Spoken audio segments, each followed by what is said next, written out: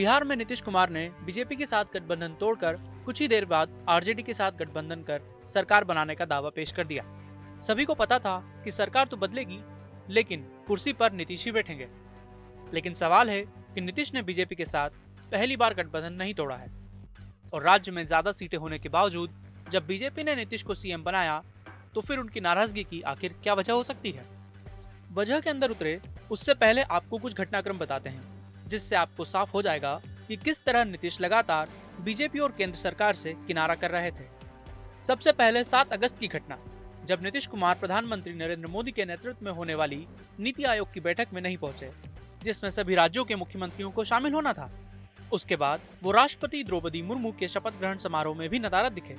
17 जुलाई को गृह मंत्री अमित शाह ने भी राज्यों के मुख्यमंत्रियों के साथ बैठक की। उसके बाद वो राष्ट्रपति द्रौपदी मुर्मू के शपथ ग्रहण समारोह में भी नदारद दिखे। 17 जुलाई को गृह मंत्री अमित शाह ने सभी राज्यों के मुख्यमंत्रियों के साथ बैठक की, लेकिन नीतीश वहां भी नजर नहीं आए। नीतीश की इसी गैर मौजूदगी ने गठबंधन के टूटने की अटकलों को बल दिया और 9 अगस्त तक आते आते गठबंधन का ये जोड़ टूट गया। अब बात करते हैं उस चिंगारी की जो 3 महीने पहले छिड़ी थी। रमजान में बिहार की पूर्व मुख्यमंत्री राबड़ी देवी ने इफ्तार पार्टी दी। उनकी इस इफ्तार पार्टी में नीतीश पैदल चलकर गए और यहाँ शिरकत कर सभी को चौंका दिया। खैर, उस समय तक नीतीश की नाराजगी बाहर नहीं आई थी, इसलिए किसी ने गौर नहीं किया। लेकिन धीरे धीरे बीजेपी जेडीयू गठबंधन के बीच की खींचतान सामने आने लगी और नीतीश गठबंधन से बाहर आ गए।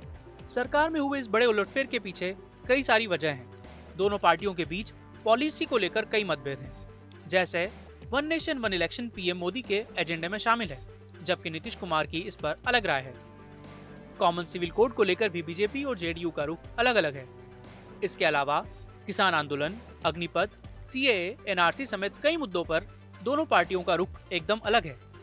लेकिन बीजेपी के साथ होने के चलते मजबूरी में नीतीश कुमार उसके खिलाफ कुछ बोल नहीं पाते थे और बार बार उन्हें चुप्पी साधनी पड़ती थी।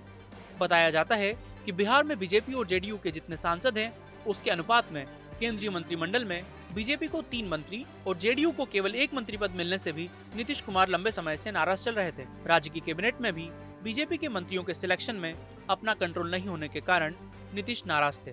सूत्रों की माने तो नीतीश चाहते थे कि बीजेपी के कोटे के नेताओं को भी मंत्री बनाने से पहले उनकी राय ली जाए, लेकिन ऐसा नहीं हो रहा था।